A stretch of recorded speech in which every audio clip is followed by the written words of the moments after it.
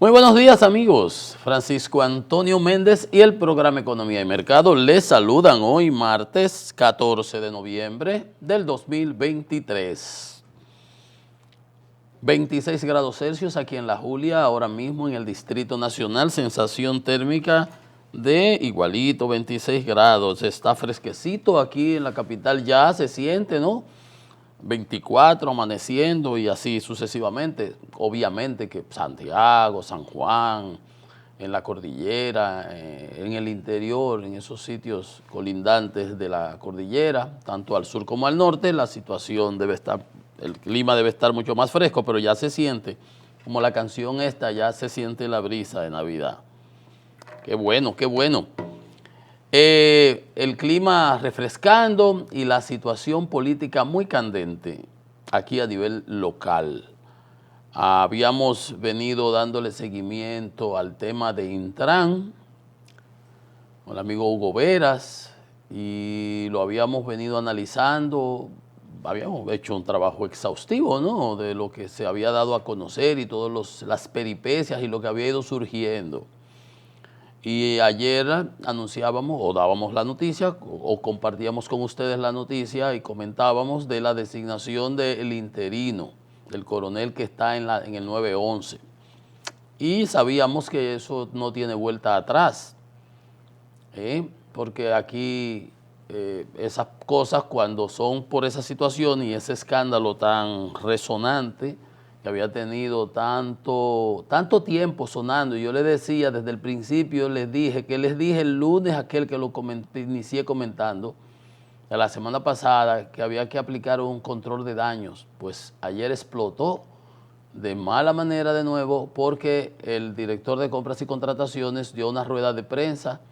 Yo casi nunca veo eso, pero me tocó en vivo, en el celular lo tenía y la pude ver. Después, ahorita vamos a comentar los detalles, donde desglosa y tira por el suelo muchos argumentos, desglosa las peripecias de esa licitación y ese contrato y esa adjudicación. Desafortunadamente, muy mal para los incumbentes, muy mal para los incumbentes. Y yo decía, lo que pasa es que hacían la similitud con la señora del acuario, que a ella la ponen en licencia, a Hugo pide licencia, obviamente le dijeron pide licencia, lo presionaron, el presidente ayer decía sí que las instituciones funcionan. Bueno, ¿de qué manera? El problema no es que funcionen bien.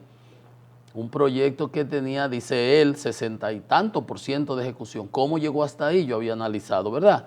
Ahorita vamos a entrar en los detalles de las declaraciones, de la rueda de prensa, de las informaciones que provee compras y contrataciones, que realmente le ponen la tapa al pomo y ya piden la participación del PEPCA, de la Procuraduría. Bueno, eso es a nivel local. A nivel de la parte política se anunciaron las alianzas, ya todo consumatum es, ayer se cerraban las que tenían que ser informadas.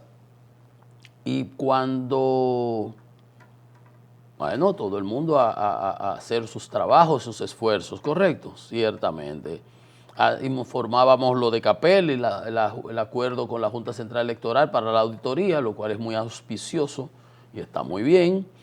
Y entonces tenemos que a nivel internacional estaba Trump deponiendo en el juicio que tiene, también ahorita veremos en la parte internacional, pasaremos revista a eso, y el conflicto que sigue en Ucrania y en Israel.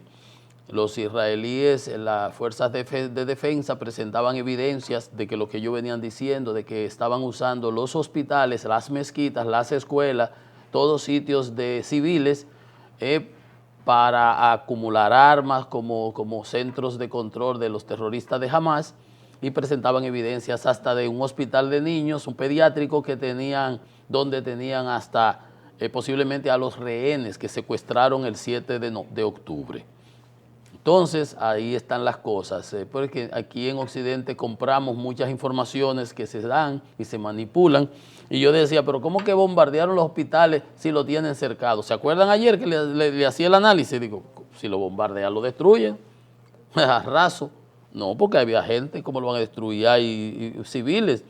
Los civiles, claro, son fatalidades que son no deseadas, pero en una situación como esa, donde los terroristas los usan como escudo, blindados, se blindan con los civiles, se esconden detrás de ellos, y hasta en las códigos de guerra y eso, si tú usas un hospital, los hospitales son intocables, y la Cruz Roja y ese tipo de cosas, pero si tú usas una ambulancia para transportar armamentos, para transportar militares terroristas, entonces se convierte en objetivo militar. Pero aquí queremos ver lo que nos conviene, en muchos casos, de un lado y del otro. Por eso hay que tratar de ser lo más objetivos posible. Evidentemente, ¿se acuerdan cuando aquel hospital que cayó el cohete? Que murieron 500, pero ¿dónde están los 500? Si ni siquiera la fachada del hospital cayó en el parqueo, pero fue un cohete tirado por los mismos Hamas. Y lo que hizo fue muchísimo fuego, no hubo explosión, no hubo cráter. Cuando tiran los misiles guiados de los israelitas, destruyen todo. Usted lo ve en las cosas que se pasan ahí en las redes. Son misiles guiados con láser y con GPS que van al sitio donde apuntan, ahí llegan. Ahí, al milímetro. Entonces, y obviamente dejan un cráter del tamaño de este estudio y de profundidad, pero en ese caso no lo hubo. Ustedes vieron cómo manipularon todo y es así. Pero bueno, lo importante es que en nuestro caso tratamos de hacer un ejercicio de objetividad. Nada de imparcialidad. Aquí todo el mundo tiene su parcialización. Unos la presentan, otros la esconden. Y otros se quieren presentar de imparciales y no lo son. Ni no lo son. Y lo que hace es que manipulan, tergiversan. Entonces no son objetivos. Porque que tú seas parcial, que tú tengas una predilección, no tienen ningún problema. Tú apuestas a este gallo, yo apuesto a este otro. Por ejemplo, ¿no es verdad? Ahora, en el tema de lo que uno analiza aquí, lo que hay que es tratar de ser objetivo. Objetivo, no ponerte a decir cosas que no son las que tú estás diciendo, por ejemplo, para decir que tú dijiste tal cosa. Entonces nosotros a eso no llegamos. Las cosas que entendemos positivas las apoyamos, las cosas que entendemos negativas las criticamos, a nivel local, a nivel internacional, como quiera que sea. No tenemos que apandillarnos con nadie. Y al final del día, lo que presentamos por acá son nuestros pensamientos, lo que nosotros entendemos, como fuera el editorial de nuestro programa. Y nuestro programa es prácticamente un editorial permanente, porque yo soy el que hablo aquí todos los días. Hay gente que dice, pero no lleva gente. Lleva gente. Entonces, vean ustedes cómo son las manipulaciones y cómo se tergiversan las cosas. Por eso es que hay que aprender a ver, a leer, a interpretar las cosas y no tomarlas como que porque me lo dijeron por aquí. No, analícela.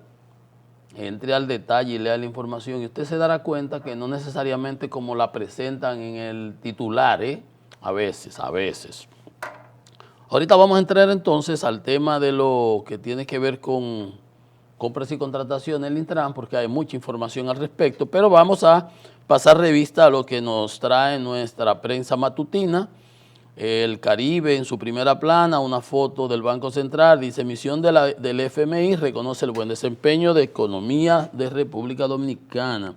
El organismo destaca que el país ha sido capaz de resistir numerosos choques externos en los últimos años y muestra una amplia capacidad de resiliencia. Eso es muy bien, eso es correcto. Perros y gatos, huéspedes como en su propia casa. Sí. Nosotros tenemos Xavi, el perrito, ese es el jefe de la casa. Abinader destaca éxito de lucha contra el narcotráfico. Vuelve y dice que en 3 años se han incautado 26 toneladas más de droga que en los últimos 16 años. Le respondieron los otros días, repitiendo lo del director de la DNCD y los anteriores directores de la Dirección de Control de Drogas, le respondieron por unas declaraciones políticas que hizo el de la DNCD, el actual, diciéndole que lo que está pasando es que hay mucho mayor siembra en Colombia de cocaína, según las informaciones de las Naciones Unidas, y que de cada 4 cargamentos que pasan, lo que se agarra es 1. O sea que esas comparaciones no son equivalentes. No son equivalentes. Pero yo no voy a entrar en eso, pero está bien. Esta vez que estamos en la política, en las discusiones políticas, y ok. Ahorita le van a responder ya al presidente de nuevo los ex generales que estuvieron en la DNCD y lo de la gente de las otras administraciones. La ONU se queda sin combustible para ayudar en Gaza. La Fuerza de Defensa israelí ofrecieron combustible para el hospital Al-Shifa, que es el más grande en Gaza, y los Hamas lo prohibieron, porque les interesa que se vea para seguir presionando a Israel en términos internacionales. De hecho, Biden ayer decía que se va a reunir con Xi Jinping allá en California, por esa zona, no sé si en Los Ángeles o en San Francisco, por allá, por el lado en el oeste, en el Pacífico.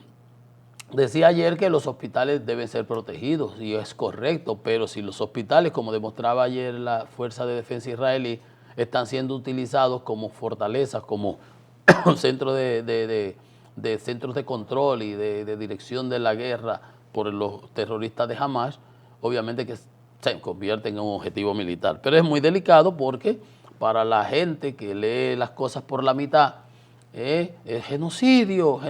Cuando fueron los terroristas y masacraron en el festival y en los baños, y a niños quemaron, violaron mujeres, decapitaron niños, padres, familias completas, y se secuestraron casi 250 personas, ahí sí no hubo genocidio.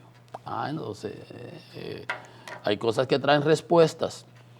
La Dirección General de Compras determina irregularidades graves en licitación de Intran. Eso todo lo que trae el Caribe en su primera plana, ya lo comentábamos por arriba. Abinader garantiza seguridad jurídica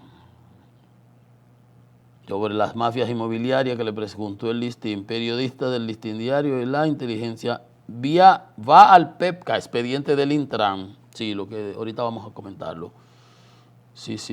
El paro en el Cibao transcurre sin incidentes, gracias a Dios, qué bueno. Ojalá no haya habido muchas pérdidas, ni siquiera materiales. Qué bueno que no hay pérdida de vidas humanas. Eso transcurrió, entiendo yo, que la gente cierra. Mi papá tenía un colmado, mi mamá tenía colmado, mis tíos tenían colmado, y cuando hay ese tipo de cosas, la gente lo que hace, como por ejemplo, uno vive, por lo general en los pueblos se vive en el mismo lugar, la gente lo que hace es que deja una puerta medio entreabierta, porque ahora la gente vaya a hacer una compra y ese tipo de cosas, al supermercado, y va a la semana, etcétera, ¿no? Pero antes la gente que compraba del día a día, y por la mañana a las 7 estaban tocándole la puerta ahí, don Pachico, el café, el azúcar, el pan, el chocolate para los muchachos para el colegio, a las 6, así. Entonces la gente cerraba cuando veía ese tipo de cosas, porque también la intimidación es una de las partes fundamentales de ese tipo de actividad, de esas huelgas. Tú no vas a ir en un vehículo como hacían, que una vez quemaron unos autobuses con empleados de zonas francas, le tiraron, y a veces cuando hay problemas entre los transportistas le tiran piedras, hacen unos líos, entonces uno no se va a exponer, ¿verdad?, que se le vaya a pegar un fao a uno. Pero básicamente, si fuera por los sectores productivos, por las personas de ir a su trabajo, de trabajar y de producir del día a día, ninguno de esos paros tiene. Y qué bueno que hemos ido superando eso, porque acuérdense, porque hay que decir las cosas, cuando Leonel Fernández fue presidente en el 96-2000, los grupos populares, los Falpo, y entonces ahora, y esos grupos le hicieron más de 2.000 huelgas. Más de 2.000 huelgas, que por eso se creó aquel programa, porque esos lumpen proletarios de los barrios, que del PEPCA era, no, del PEME, que le pagaban, le daban un dinero, y hay hubo unas cosas ahí extrañas, porque obviamente el dinero en efectivo, eso mucha gente se queda con ello, pero bueno, eso pasa donde quiera. Pero así era entonces, ocupados por los partidos políticos, sin razones, porque usted busca las quejas que están diciendo ellos, las mismas cosas que no se van a resolver con ese paro, y un paro nacional. Se hacen a veces y duramos 2 días sin trabajar, y muertos y destrucciones y cosas, y no pasa nada. Entonces, gracias a Dios que hemos ido avanzando, que eso ha ido quedando en el pasado, y hemos ido superando esos atavismos. Bueno, el Diario Libre, ¿qué nos dice? Contrataciones públicas, envía a la justicia el caso de los semáforos de Intran. Carlos Pimentel de las contrataciones dice que los funcionarios comprometen su responsabilidad penal. El caso fue enviado a la PEPCA para investigación criminal. Vinculan a Jochi Gómez y a De Color en el proceso. Jochi Gómez es un señor que ha estado en otras ocasiones, ha sonado en hechos de hackeo.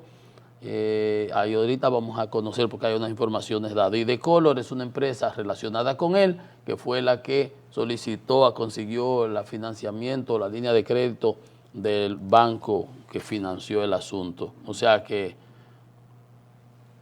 los que se ven por adelante no son realmente los que posiblemente sean los dueños de la empresa o del proyecto o de la cosa esa. Vamos a llamarlo así. Aplazan juicio de los antipulvos, todavía estamos con eso. Creen tasa cero al azúcar, es atentado a la producción, ahorita comentamos de eso. Policía Nacional mata a colombianos, secuestró 2 dominicanos. Un colombiano en República Dominicana que secuestra a 2 colombianos, eso dice, como dice el doctor Fadul allá en Santiago, droga. Usted puede estar seguro que eso tiene que ver con eso. Y cuando aparecen 2 muertos en Loma Miranda, quemados en un carro, cuando aparecen por acá, por 4 que matan en Rancho Arriba, cuando matan 3 en San Pedro, todo eso usted sabe que es lo que se mueve. Pero dice el jefe de la policía, dice el gobierno que la delincuencia ha bajado. 2 secuestros, la policía tiene que ir a deliberar y matan al tipo.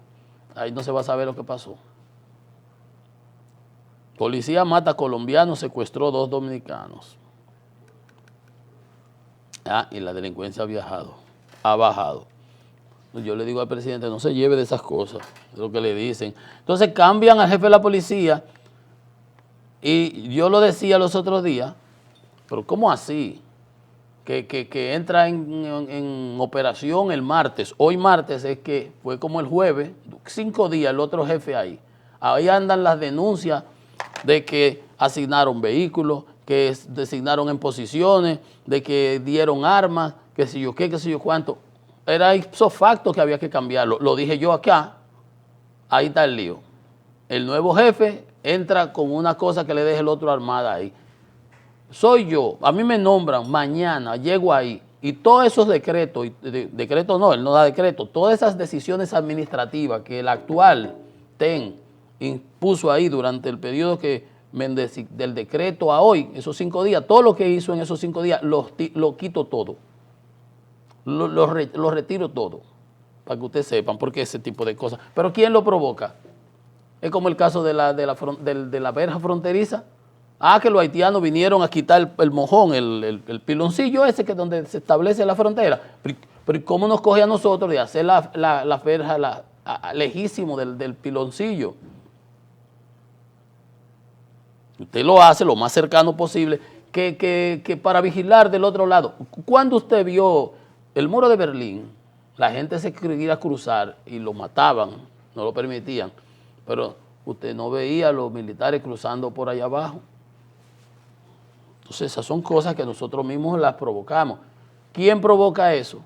De ese lío ahora y esas denuncias que hay al echarse la paloma, el actual jefe de la policía le deja el terreno minado al otro o pone a toda su gente, o ya usted sabrá, y da un sinnúmero de cosas ahí que yo de que llegue las quito. Pero ¿quién lo provoca eso? ¿Quién es que da el decreto y pudo que el martes que entre en operación? El presidente. No es ni siquiera él, no es ni siquiera el TEN que ya se va, porque ¿a quién que le dan que no coja? Dígame usted, ¿a quién que le dan que no coja? El presidente que mete la pata. No hay nadie que lo asesore, no hay un jefe de gabinete que le diga, presidente, eso no se puede. Como dijo John Kelly, los jefes de gabinete, el general Kelly, que le renunció a Trump. Y otros decían, no, es que el jefe de gabinete está para decirle al presidente, presidente, eso no se puede. Ah, no, el presidente quiere, vámonos para Guivia. No, presidente, ¿cómo te vaya a bañarse para Guivia? Eso está contaminado. Ah, no, pero si el presidente dice que hay que irse para Guivia a bañarse, estoy poniendo un ejemplo, una bobería. Ah, no, va todo el mundo así, vámonos para Guivia.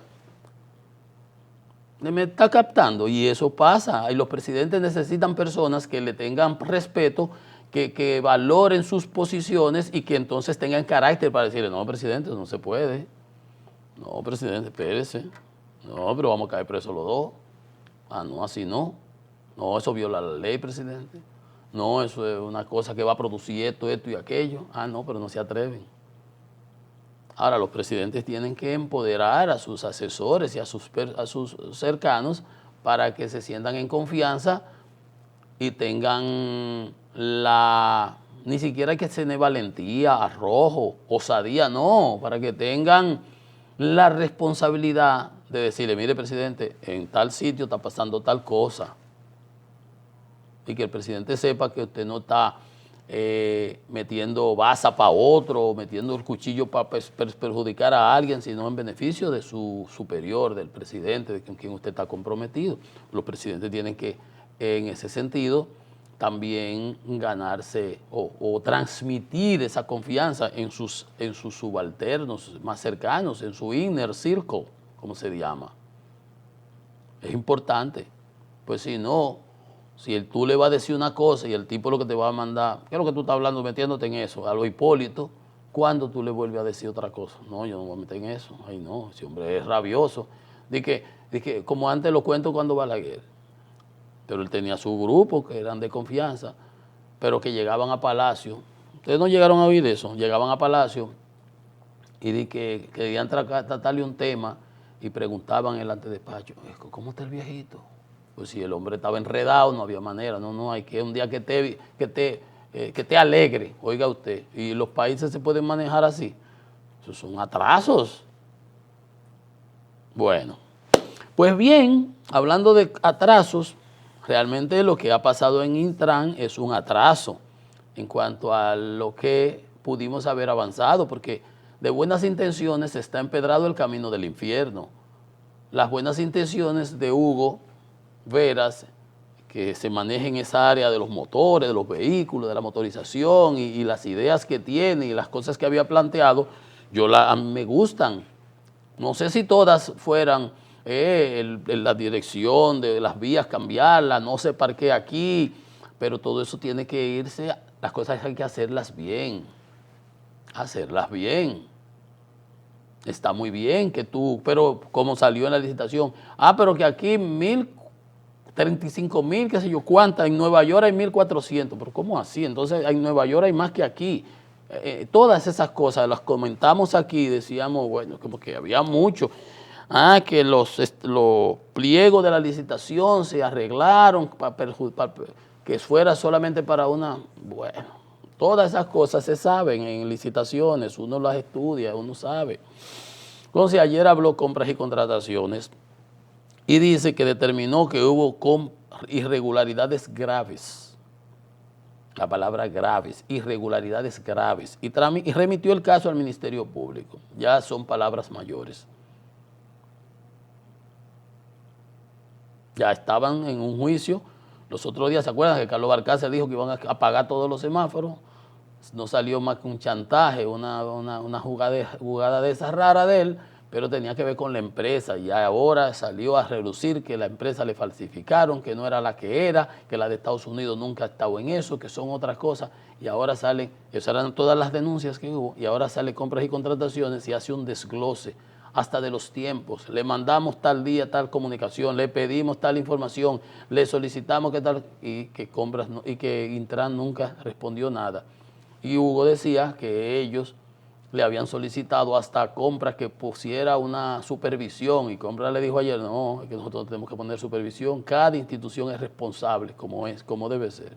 Ahora, cumpliendo lo que dice la ley, usted tiene que cumplir lo que dice la ley, pie juntilla. Pie juntilla, dice que hubo graves irregularidades, lo remitió al Ministerio Público en la ejecución del procedimiento.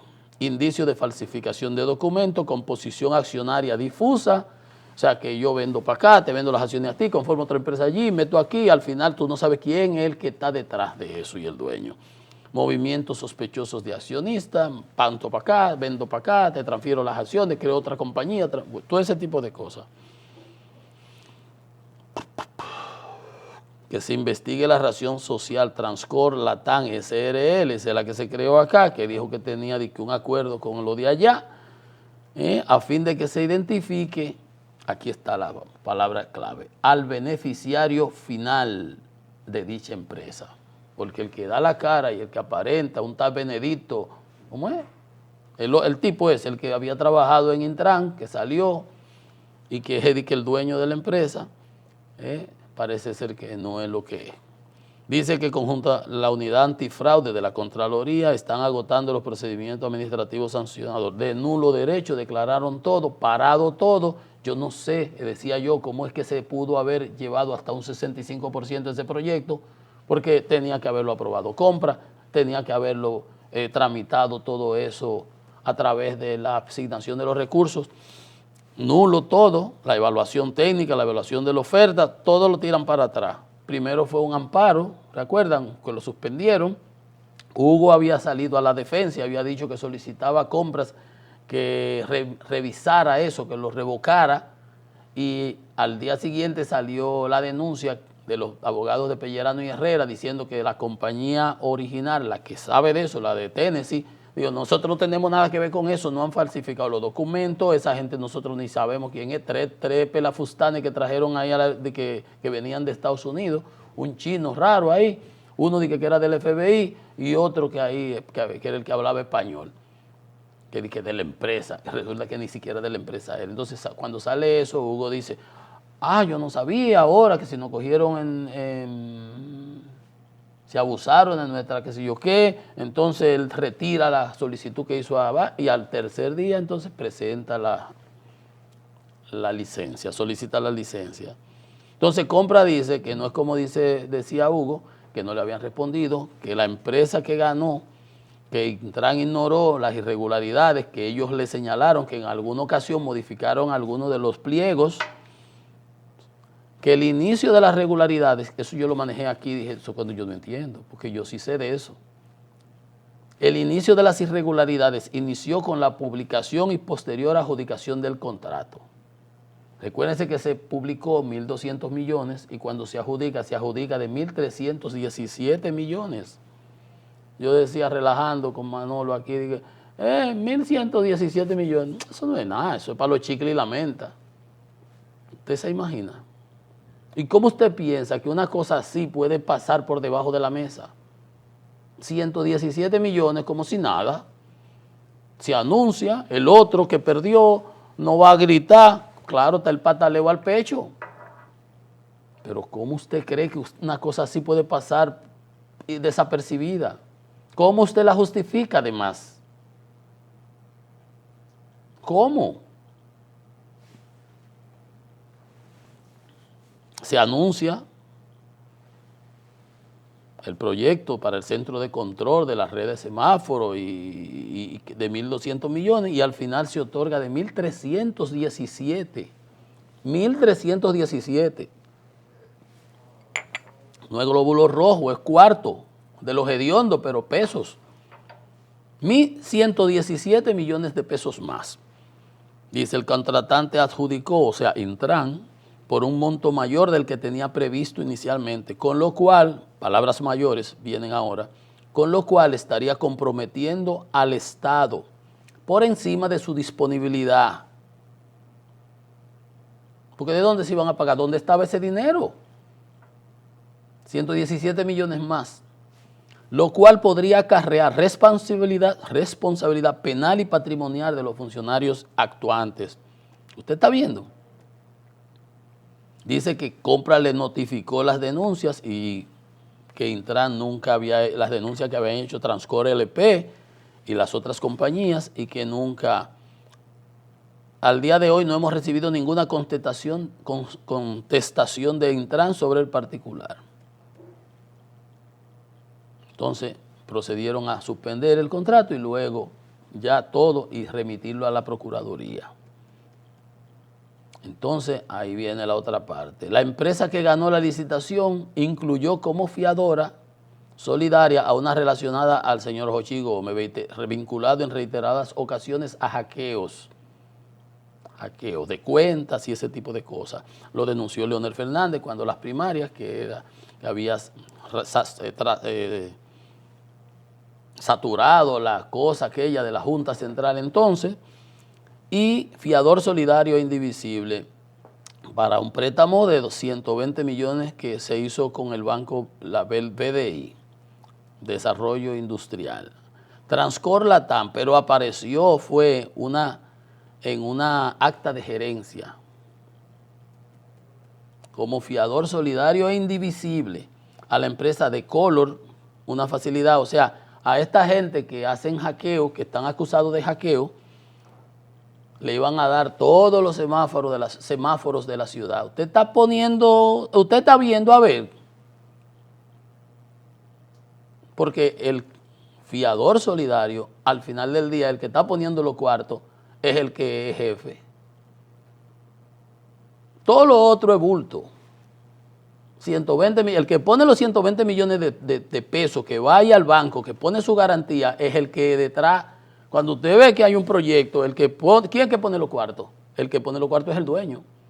No es más nadie, no el que tiene la idea, no, usted podrá hacer un 1%, vamos ahí, tú vas a ser el gerente, tú vas a ser aquí, que tú eres el que sabe de eso para que te encargue, y qué bien, todo. Pero el que pone los cuartos, el que tiene dinero para poner los cuartos al final es el dueño.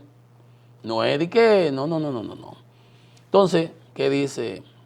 De Color no presentó ofertas, ni por sí ni a través de consorcio, pero hace de fiador solidario de 120 millones para la instalación de todos los semáforos y las informaciones. Todo el que pase para cualquier lado, esta gente lo iban a conocer y saber, porque eso tiene sus implicaciones. Así que controlan en China todo a los enemigos del gobierno, con cámaras digitales y identificación facial, y ahora póngase usted a pensar ese tipo de cosas. Entonces, armaron la creación de empresas con nombre y actividades comerciales similares, se parecen todas, pero no son iguales, cambiándole cositas aquí, pero son empresas diferentes, con diferentes dueños, que ha sido identificada una práctica preocupante. Sugiere la posible intención de confundir o engañar, lo cual podría tener implicaciones serias en términos de transparencia. Dice que fue registrada la empresa en ONAPI el 9 de junio del 22 por un tal César Martínez, que luego le cedió a los actuales socios, y ya usted ve cómo van las cosas. Y este señor Gómez, en el 19, lo denunció Leonel Fernández como un equipo de hackeo que hubo en las primarias para la saturación del servicio de las redes de la Junta. En el 12, el PLD y 9 empresarios se querellaron contra ese señor, Gómez Canaán. Ahí está Juan Vicini, Raúl Lluveres, son primos, Eri Periche, Carlos Manuel Bonetti, Bernardo Pichardo y Jacinto Peinado Álvarez. También Ignacio Ditren, Regina del Río, Elías Luesín Chávez, usted ve. Pero una juez declaró la extinción de la acción penal, la gente no le estuvo dando más seguimiento, pero estaba acusado del hackeo de 44 cuentas de personas importantes del país, y ya usted ve cómo son las cosas. Y la denuncia se cayó por falta de acusadores, al final la gente lo dejó. Ese señor Gómez Canaán es hijo del comunicador, del conocido comunicador, el señor Guillermo Gómez. Entonces, ya usted ve cómo ha venido ese caso de Intran creciendo como un alud, como un tsunami, como un derrumbe de una montaña, hasta dónde llegan las cosas. Y si se sigue escarbando, quizás aparezcan muchas cosas más. Ustedes pueden estar seguros de que ya Hugo no vuelve más para el Intran. Ha salido muy perjudicada su imagen, definitivamente, porque yo digo, las cosas hay que hacerlas bien, y si no, no se hacen. No hay manera de justificar nada de lo que ha pasado ahí, en lo absoluto. Qué desafortunado. Hacemos una pausa. Esto es Economía y Mercado.